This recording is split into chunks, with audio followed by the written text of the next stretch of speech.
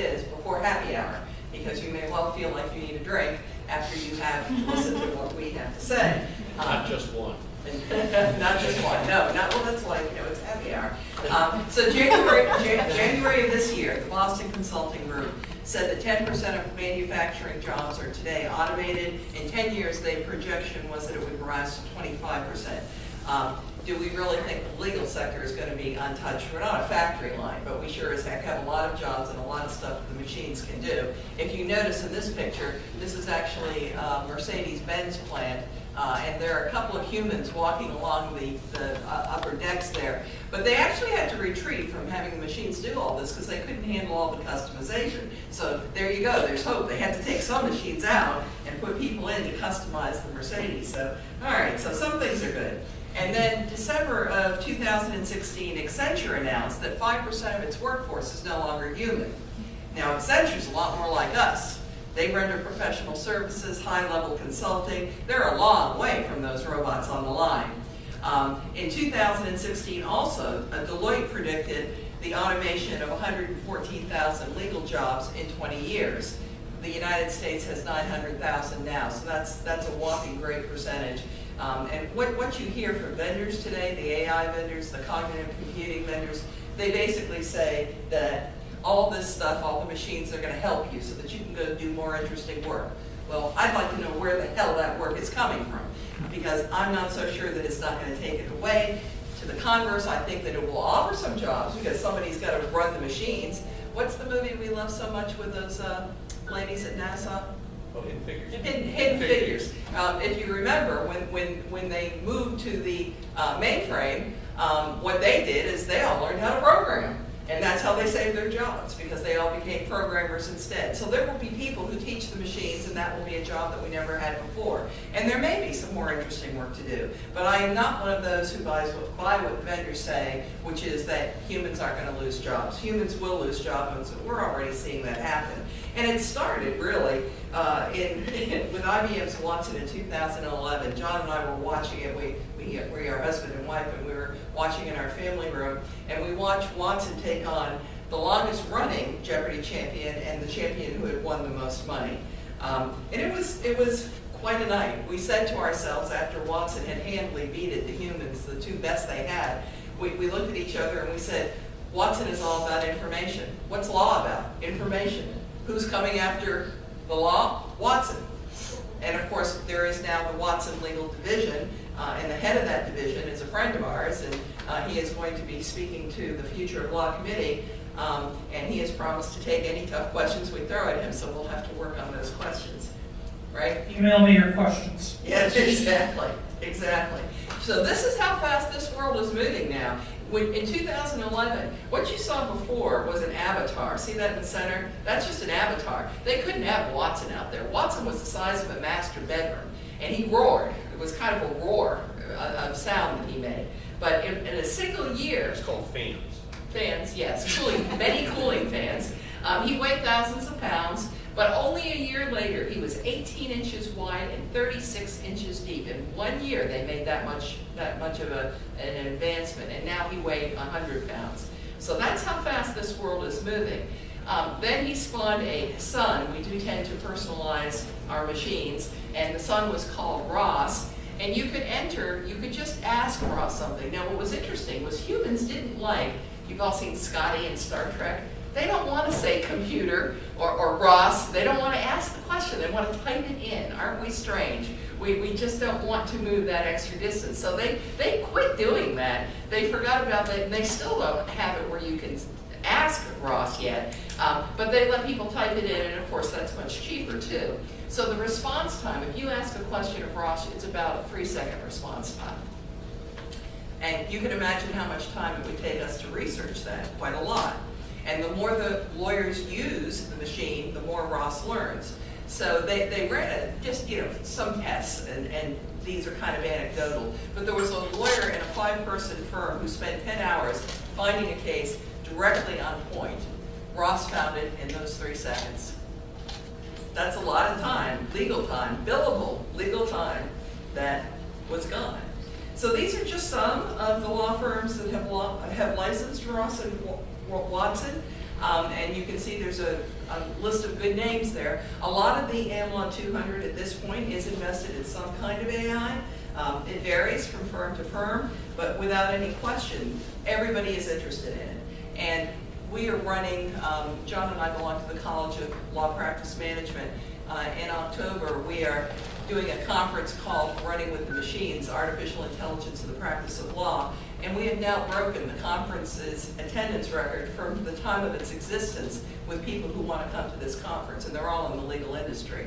So there's something coming, something fast, and not necessarily everything about it good. So AI is the hot buzzword today, right? In 2017, over 50 companies are concentrating in legal AI.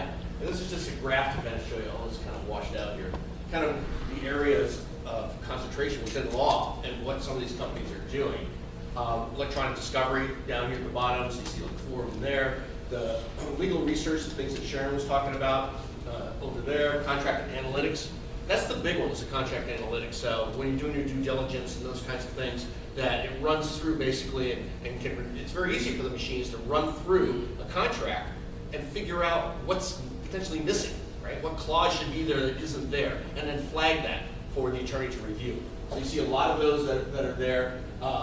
Predictions, so that now we even have artificial intelligence systems that are predicting case outcomes based upon judges, the details of the case, the facts of the case, and who the attorneys are, and what is and putting a number to it. It's like betting lines in Vegas, right? Roll the dice here. What's your odds of you winning this case? Well, who has seen Minority Report, the movie? Oh yeah. Okay, great movie, great premise, really interesting subject line, storyline. They're predicting now whether you're more likely to commit another crime to base your sentence, and that is actually in place. And my question is, how much human bias goes into the programming? Because the judge doesn't know, but I would wager any amount of money that there is a lot of bias in the programming. Chicago, wasn't it? Oh, there's multiples now. There's more and more online.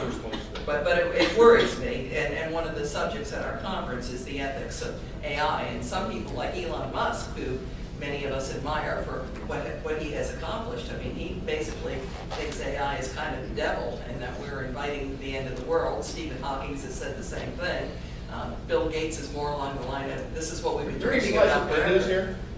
Oh, yes, there's even a sign that says hope, but we got to get to that sign first. So, who will Ross not replace, or are these other AIs? They won't replace lawyers who did the custom work. And there are some people that are just so powerful. This is why they're getting those mega firms and they're buying mega lawyers.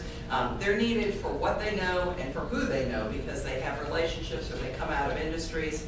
Litigators are going to be very hard to replicate with AI. It will come one day, but not for a very long time. And the high-level advisors and strategists, they'll be around for a long time. I'm not suggesting that this is going to happen fast. I'm just suggesting it's going to happen fairly steadily. And these are the first to go. The contract electronic discovery reviewers are already being replaced in wholesale.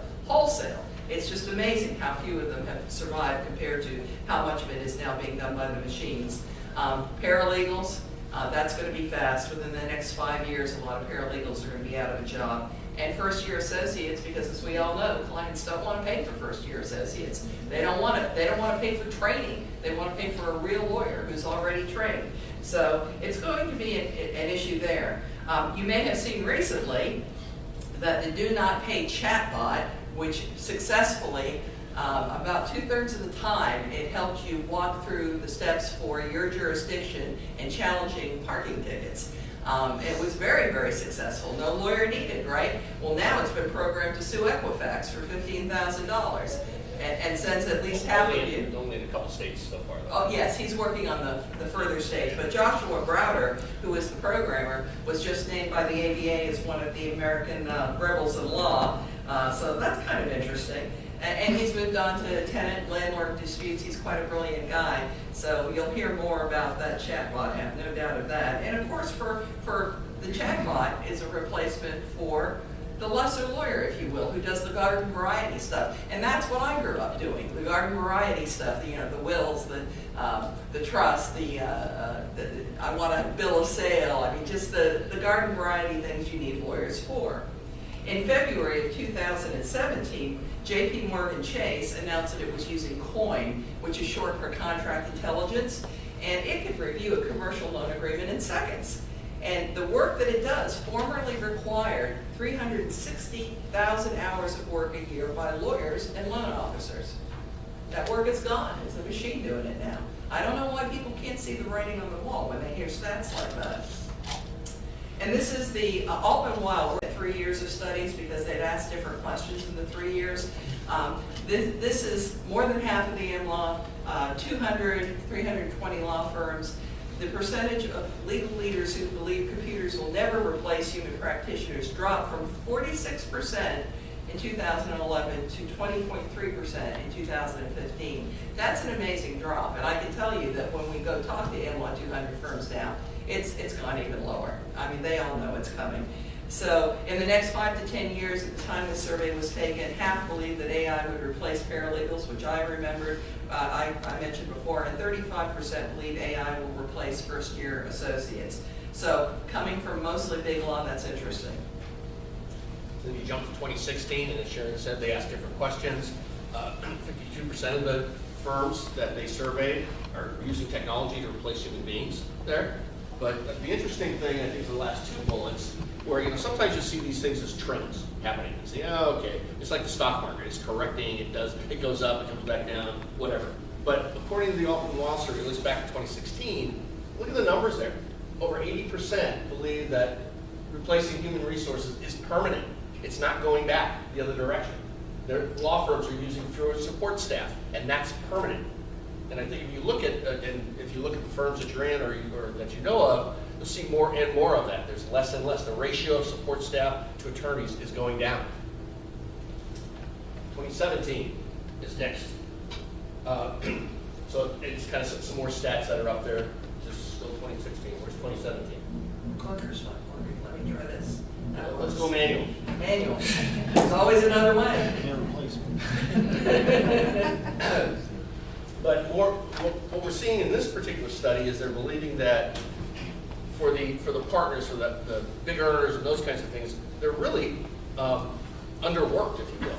So they're not carrying their load. They don't have enough work for them for the amount of money that these guys are taking. That's kind of the gist of what the 2017 said that's going on there. But AI now is coming in, as you see down there, that second to last bullet. 50% of them are experimenting with innovations, different things like that. So AI is really taking over, where the firms are starting to take a look at that as a potential replacement. Remember we saw before about using technology to replace human resources? That's a natural driver to that. So this is a conference I mentioned, and I wish that I could show you some of the things that will be at that conference, including some of the mind-bending videos we have of machines and what they do. Do you know that machines have learned to lie to humans? Do you know that they've invented their own language so that they can talk to each other in a language their programmers don't understand? So they had to disconnect them because they didn't know what they were doing. If you think this is not a dangerous world, this exceeds science fiction, what we have seen. And teaching robots how to lie, that's really interesting. And teaching them how to potentially go around a kill switch so that they cannot be killed because they know how to prevent the kill switch from operating. I mean, these are things that we are going to find in our future. So science fiction is not entirely fictional. So specifically as it comes to law, where you can kind of play around with this a little bit, Ed Walters, who's a friend of ours and CEO of Fastcase, if you're familiar with Fastcase, announced essentially a legal sandbox for AI. So this is going to be a sandbox area where you can test your skills, right? Take a look at what AI does and how that relates to legal research and those kinds of things on there. And Ed's he's an adjunct professor from Georgetown, and there's another university that he's kind of the, what is it, the law of robots or whatever. Robot law. Whatever the heck the title is. It's a sexy title. Yeah, whatever it is. But you'll be able to, actually, he's going to put in this sandbox, he's going to put in Watson and Neurologic, which are two of the best programs, and you'll be able to analyze Fastcase's data just to play, or you could throw in your law firm data and play with that. That could get really interesting. Now, and security. Read the terms of service before you do that. And security is probably pretty good because he's a smart guy, but it would worry me to throw my law firm